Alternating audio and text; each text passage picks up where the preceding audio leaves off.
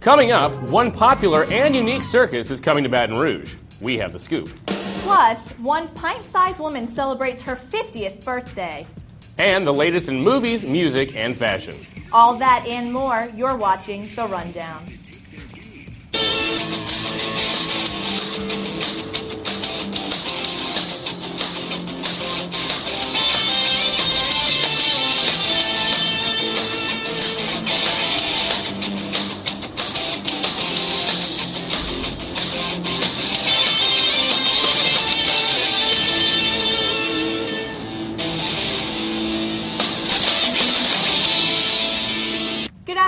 It's Wednesday, February 18th. I'm Caitlin Switzer. And I'm Ryan Sands. Thanks for joining us today. Downtown Baton Rouge was all abark this weekend as dog lovers filled downtown for the Mystic Crew of Mutts Parade. Reporter Brandon Francis gives us a look at this special celebration. Sunday afternoon certainly went to the dogs as the Crew of Mutts Parade ran through downtown Baton Rouge. Families came out with their dogs in tow to celebrate the Mardi Gras season while raising money for a good cause.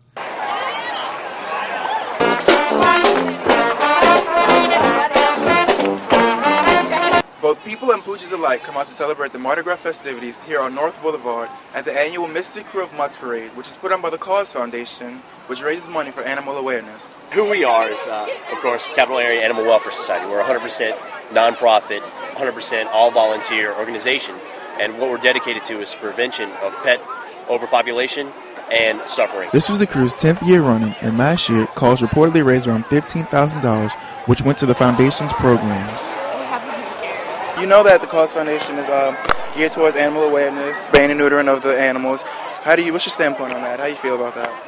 I'm definitely for it. I mean, especially being a groomer, I see a lot of people who bring in dogs they find all over the place, and puppies or whatever, they find, and it's very sad because you can't control the population, and these dogs don't have anywhere to go. It's very important to, definitely make people aware of it and, have that taken care of. Just fun to see a whole bunch of dogs. I mean, I'm a pet lover, so right. It's fun to see dogs. Okay, and this is definitely like a family environment. Who would you say should come and see this?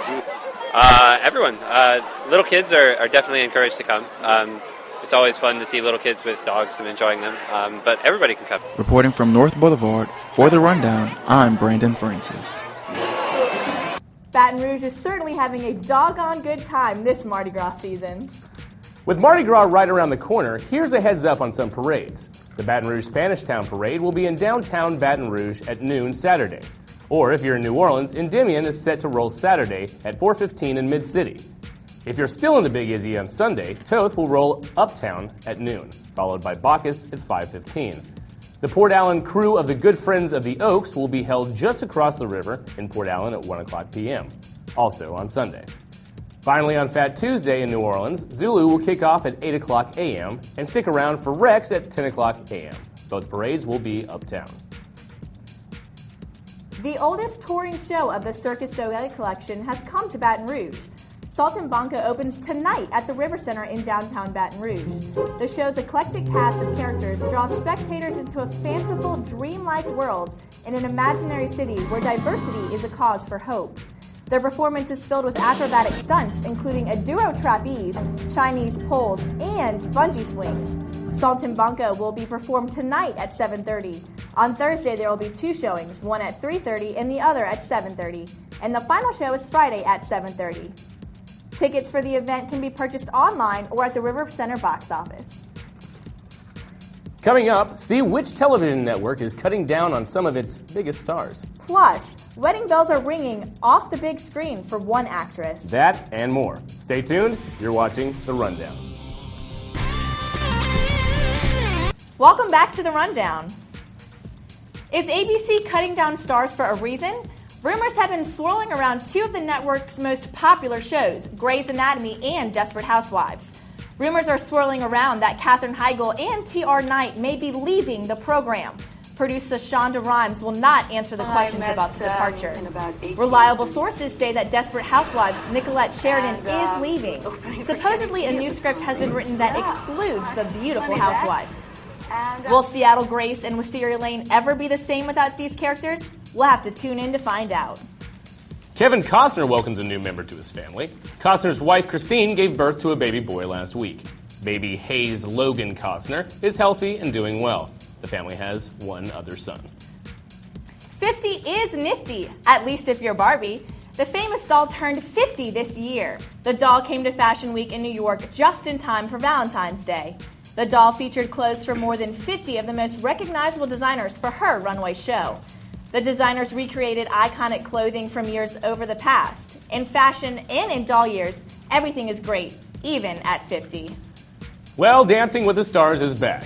The ABC nighttime show recently announced the new lineup for this season, which includes football star Lawrence Taylor, Olympic gold medalist Shawn Johnson, rap's most outrageous Lil' Kim, and many more.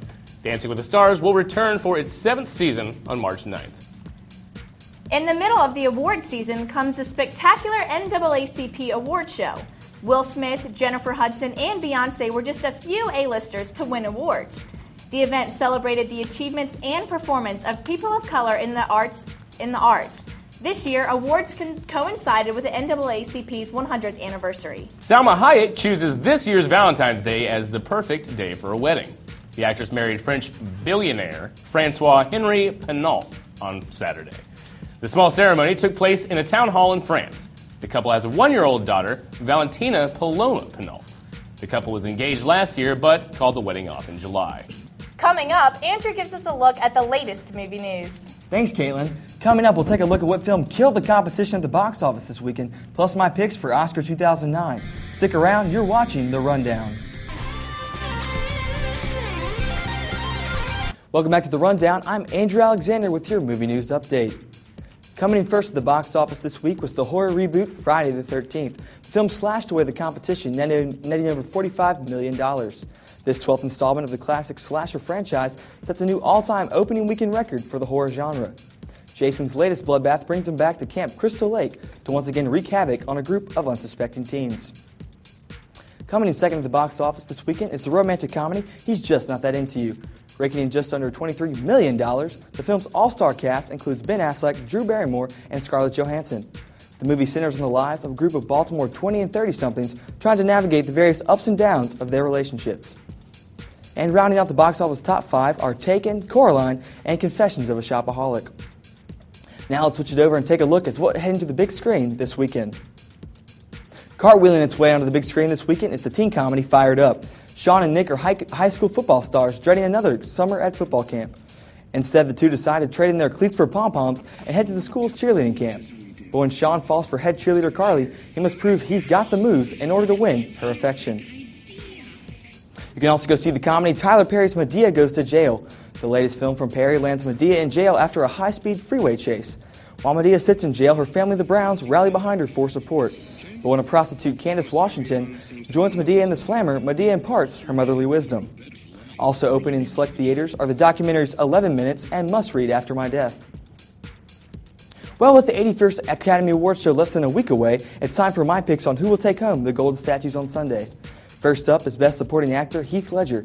He looks to be a veritable lock and my pick to win the posthumous Oscar for his psychopathic portrayal of the Joker in The Dark Knight. Next, in the Best Actress category, the competition looks stiff this year with acting heavyweights like Meryl Streep and Angelina Jolie in the running. But my pick is Kate Winslet to take home the Oscar with her turn as a troubled German cougar in The Reader.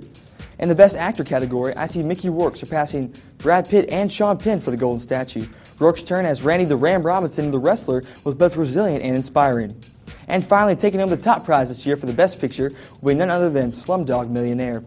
Unlike The Reader or The Curious Case of Benjamin Button, this overachieving Indian underdog has captured the hearts of audiences and critics alike with its unlikely spin on the classic rags richest story.